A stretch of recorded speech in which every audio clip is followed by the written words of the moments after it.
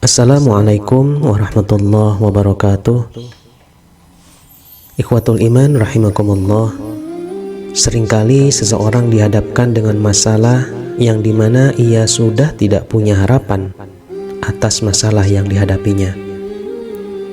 Biasanya orang yang dihinggapi rasa putus asa sudah tidak mau lagi melakukan kegiatan apapun, karena mereka merasa apapun yang dilakukan hasilnya akan sia-sia belaka. Ketika seseorang suami dalam mencari nafkah untuk memenuhi kebutuhan anak dan istrinya, pergi pagi pulang malam seakan sudah biasa. Ketika seorang istri yang sudah sangat capek untuk mengurus rumah tangga, mengurus suami, mengurus anak, dan memikirkan cara untuk menghemat pengeluaran, di saat itulah rasa putus asa sering muncul.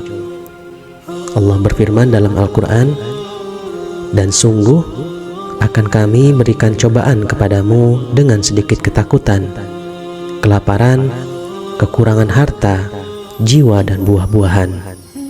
Dan berikanlah berita gembira kepada orang-orang yang sabar, yaitu orang yang apabila ditimpa musibah, mereka mengucapkan, Inna lillahi wa inna ilaihi raji'un. Mereka itulah yang mendapat keberkatan yang sempurna dan rahmat dari Tuhan, dan mereka itulah orang-orang yang mendapatkan petunjuk." Quran Surat Al-Baqarah ayat 155 sampai dengan 157.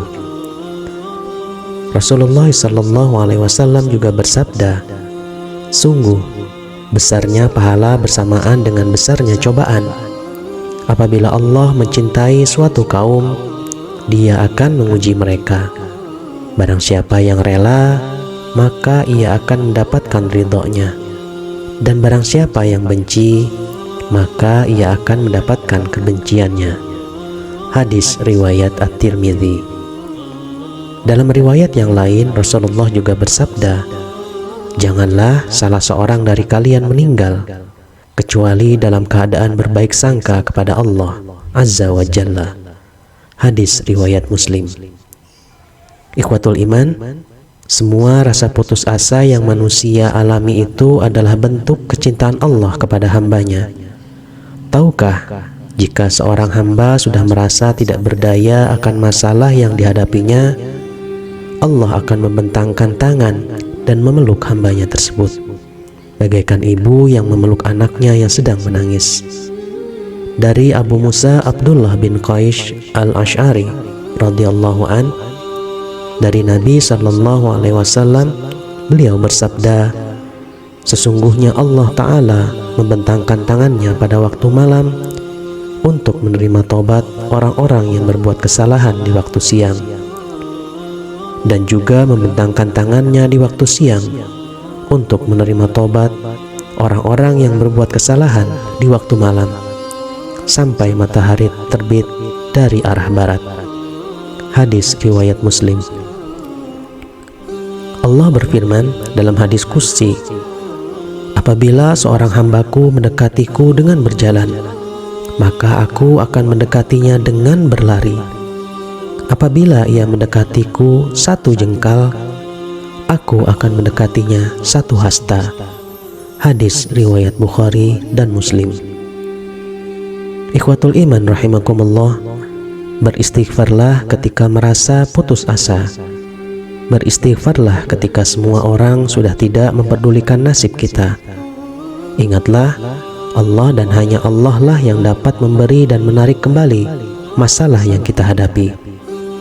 Allah berfirman dalam Al-Quran yang artinya, "Dan apabila hamba-hambaku bertanya kepadamu, hai Muhammad, tentang aku, maka jawablah, sesungguhnya aku adalah dekat. Aku mengabulkan permohonan orang yang berdoa apabila ia datang memohon kepadaku. Maka hendaklah mereka itu memenuhi segala perintahku, dan hendaklah mereka beriman kepadaku, agar mereka selalu berada dalam kebenaran." Quran Surat Al-Baqarah ayat 186. Ada kata-kata indah menarik yang mungkin bisa menjadi semangat bagi kita untuk tidak berputus asa. Kata-kata itu ialah, pernikahanmu yang sederhana adalah impian orang-orang yang jomblo. Anakmu yang nakal adalah impian orang-orang yang belum punya anak.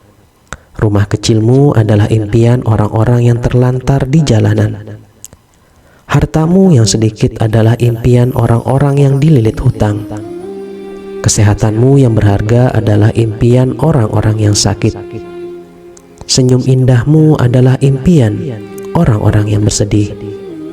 Ditutupnya aib-aibmu adalah impian orang-orang yang tersebar aibnya.